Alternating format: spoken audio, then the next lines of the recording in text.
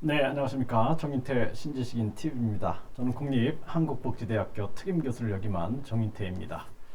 네, 국가혁명당 30대 당대표 세워야 한다. 제가 이 말씀을 드리겠습니다. 이제 국가혁명당은 이제 허경영 후보가 이미 이제 대통령 후보로 선출이 됐습니다. 저도 그 국가혁명당 창당식 때 서울시장 후보, 대통령 후보로 선출되는 그러한 모습의 영상을 봤어요. 네. 그렇기 때문에 이제 그 국가혁명당의 혁신이 굉장히 필요합니다. 그래서 국가혁명당의 30대 당대표를 세워야 한다. 저는 이런 말씀을 좀 드리겠습니다. 이준석 당대표 지지도 1위예요, 지금.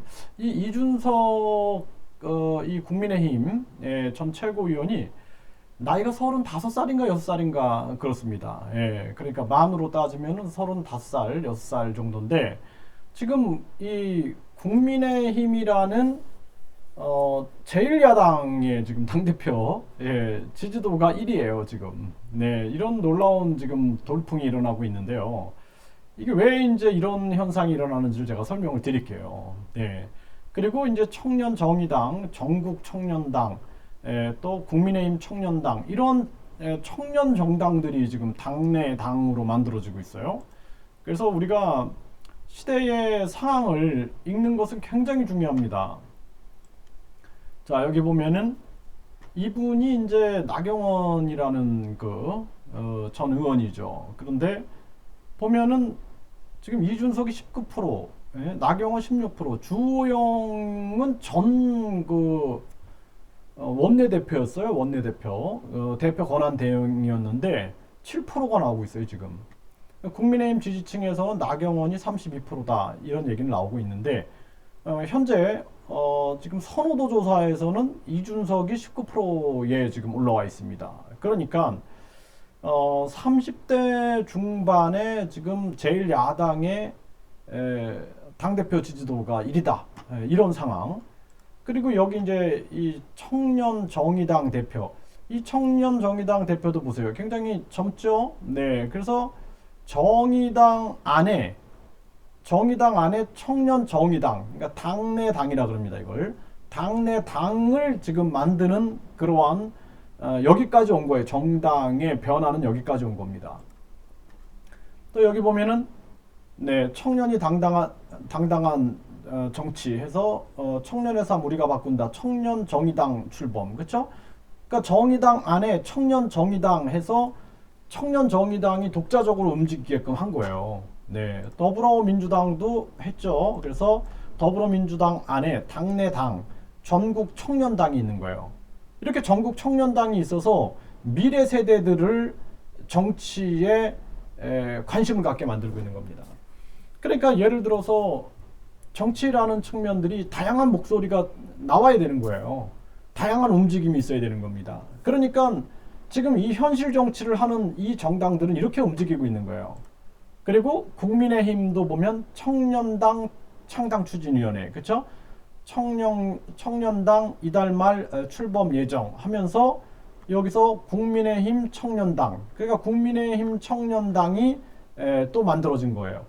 이런 식의 변화가 지금 일어나고 있다는 것입니다. 지난 보궐선거 보니까 참 감회가 새로운데요. 이때 이 후보들 한번 보세요. 이 후보. 이런 후보들이 굉장히 젊지 않나요? 그렇죠? 네. 이렇게 후보들이 젊은 후보들이 이제 막 등장해서 나오고 있는 그러한 변화의 움직임들이 있는 겁니다. 그래서 제가 말씀드리고 싶은 것은 이 허경영 후보가 이미 이제 대통령 후보란 말이에요. 대통령 후보고 이제 곧 이제 후보 등록을 하신다 이렇게 제가 기사를 봤는데 움직여야 됩니다. 예, 그래서 30대 젊은이들로 이슈를 만들 필요 있어요. 충분히 저는 가능하다라고 보거든요. 그래서 프랑스는 18세 이상이면 대통령에 출마를 합니다. 18세 이상. 네. 그러니까 37살에 마크롱이 대통령이 됐죠. 네. 그리고 또 뭐 스웨덴이라든지 뉴질랜드 보면 30대 막 대통령이죠. 한마디로 총리들, 그렇죠. 총리들이 선단 말이에요. 당선이 된다라는 거예요. 그래서 국가혁명당이라는 정당이 허경영 후보의 영향력으로 인하여 이 컬미라든지 이런 노래를 통해서 젊은이들의 그 지지도가 굉장해요. 이럴 때 젊은이들을 끌어들여야 된다는 거예요. 정당 안으로. 그래서 국가혁명당의 정당 안으로 젊은이들을 끌어들여서 거기서 생동감 넘치게 만들어야 된다는 것입니다. 그러면은 이 지금 뭐 정의당이든 청년정의당이든 더불어 청년당이든 국민의힘 청년당이든 또는 이 국민의힘에 지금 이 30대 막 최고위원들이 막 나올 텐데 이 사람들과 연동하면서 활발한 정책 경쟁이 일어날 수 있다라는 거예요. 그래서 이 정치라는 건 제가 이제 그 정당을 3번을 창당을 해봤거든요. 정당을 3번을 창당을 해봤어요. 그래서 해서 이제 제가 군소 정당에서 해보니까 파리만 날리는 거예요. 파리만. 네, 맨날 파리만 날리는 거예요. 그래서 이 정당에 생동감이 없는 거예요. 그래서 이게 진짜 뭔가 저는 그래서 당시 이제 국민복지당이라는 정당이었는데 저는 이제 이게 진짜 우리나라 복지를 위해서 내가 모든 걸 한번 다 바쳐보자 하고 정말 열정적으로 했거든요. 예. 그런데 파리만 날리는 거예요. 그러니까 매달 막 제가 막 500만 원 내고 500만 원 내고 매달 막 50만 원 뭐 몇십만 뭐 100만 원 뭐 막 이렇게 내서 그냥 저것만 내는 거예요. 저 세만 내는 거예요. 세. 예? 건물세만 나가는 겁니다. 계속. 파리만 날리고. 그러니까 나중에는 이제 그 당 사무총장께서 뭐라고 얘기하시냐면은 이거를 저 다른 데로 넘겨야겠습니다. 이런 얘기를 하시더라고요. 그래가지고 뭐 기독 정당들이 이렇게 인수를 해가 버리더라고요. 그래가지고 처음에 이제 제가 그 국민 행복정당이라는 정당을 막 창당을 했어요. 그러니까 당시 제가 이제 30대였는데 하다가 이제 그렇게 한번 해보고 그러다가 국민복지당에서 같이 합시다 그래갖고 이제 같이 하면서 2번째 제가 경험을 한 거고 3번째 이제 기독정당들하고 합당하면서 기독정당에서 활동을 제가 좀 거긴 사람이 좀 있더라고요. 사람이 있어서 좀 활동을 조금 하다가 종교정당은 안 돼라는 판단이 들어서 제가 손을 뗐어요. 그래 이제 군소정당이 안 되는 거예요 전혀. 그래가지고 당시 이제 저를 굉장히 좋아하셨던 분이 한 그 국회의원하고의 이렇게 술자리를 마련을 하셔가지고 그 국회의원하고 이제 술자리를 하면서 그분이 이제 국회 그때 뭐 의장까지 가셨던 것 같은데 그래가지고 거기서 또 이제 활동을 해본 거예요. 한나라당에서 활동을 해보니까 역시 또 똑같아요. 예, 그런데 군소정당보다는 낫더라고요. 파리는 아니죠. 예, 그런데 이제 욕심이 너무 많아가지고 국민 생각이 없는 거예요. 예. 그러다가 진짜 이건 아니다 싶어가지고 또 그 뭐 더불어민주당에서 연락이 와가지고 뭐 대통령 선거대책위원회 이제 부위원장을 제가 맡아봤는데 뭐 역시 또 이제 저하고 너무 생각이 다르더라고요. 그래가지고 이제 제가 이건 아니다 싶어갖고 나왔는데 뭐 그 전에 또 한 분이 저한테 또 뭐 정당을 창당하신다고 그러셔가지고 그분은 이제 뭐 굉장한 뭐 국회의원도 하시고 또 사회적으로 굉장히 많이 활동을 하셔갖고 그분하고 또 이렇게 정당 창당하는 거를 역할을 해가지고 정당이 창당됐어요. 근데 군소정당이니까 나중에는 그냥 대통령 될 후보를 지지 선언하고 그냥 정당을 갖다 바치더라고요. 그냥 그리고 끝나더라고요. 그래서 제가 이 군소정당이 참 어렵구나. 그런데 중요한 건 뭐냐면은 살아 있어야 돼요. 그러면은 국가혁명당이라는 정당이 살아있기 위해서는 진짜 막 정당에서 목소리가 나와야 됩니다. 막 싸워도 목소리가 나와야 돼요. 그래야지 살아있는 정당이 되는 겁니다. 그래서 저는 허경영 후보께서 지난 그 인터뷰에서 보니까 내가 이제 마지막이라는 생각으로 한다 뭐 이런 얘기를 하시는 걸 봤어요. 그런데 제가 봤을 때는 정당은 그냥 진짜 세상 속으로 확 던져버려야 됩니다. 세상으로 그냥 팍 던지는 거예요, 그냥. 그리고 거기서 막 지지고 볶고 막 하면서 3.3 정책을 알리자.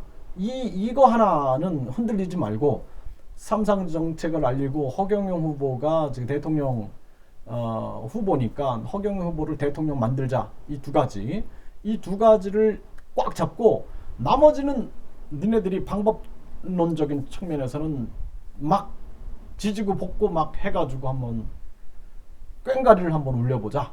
이렇게 해야 돼요.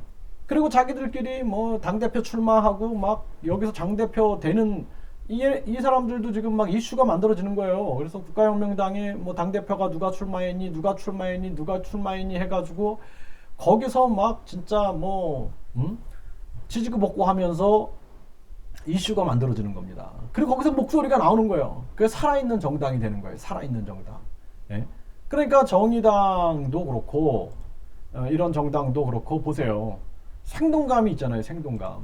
여기도 보면은 생동감이 있어서 청년정의당이 움직이고 이 더불어 청년당도 보세요. 막 이렇게 살아서 움직이는 거예요. 이렇게. 가장 중요한 게 국민의힘도 지금 청년당을 만들잖아요. 이렇게. 그러니까 이런 후보들도 사실상 허경영 후보가 3위를 하면서 쫙 정리가 됐는데 이런 후보들도 참여할 수 있겠죠. 허경영 후보 내가 보니까 국가혁명당의 3.3 정책이 진짜 정말 내가 보니까 공감이 되더라 하면은 이런 사람들도 참여해가지고 거기서 일어나야 된다라는 거예요. 과거에 허경영 후보가 그 열린우리당의 경선에 참여한다라고 선언한 적이 있어요. 근데 제가 참 유심히 봤거든요. 이제 허경영 후보가 진짜 현실 정치를 하는구나. 제가 그렇게 생각한 적이 있었습니다. 당시에. 그런데 그것처럼 허경영 후보가 대통령이 되기 위하여 또 3.3 정책을 실현하기 위하여 정말 정당의 문을 활짝 여는 것이 가장 중요합니다. 네. 그래서 저는 절대로 정당에 참여하지 않아요. 네. 저는 뭐 제가 무슨 또 저게 또 흑심이 있어갖고 저렇게 얘기하나 이렇게 생각하지 마세요. 네. 저는 절대로 그런 게 없어요. 네. 저는 시민으로서 허경영 후보 대통령 그 선거 때 저는 진짜 한 시민으로서 이렇게 계속 목소리를 낼 겁니다.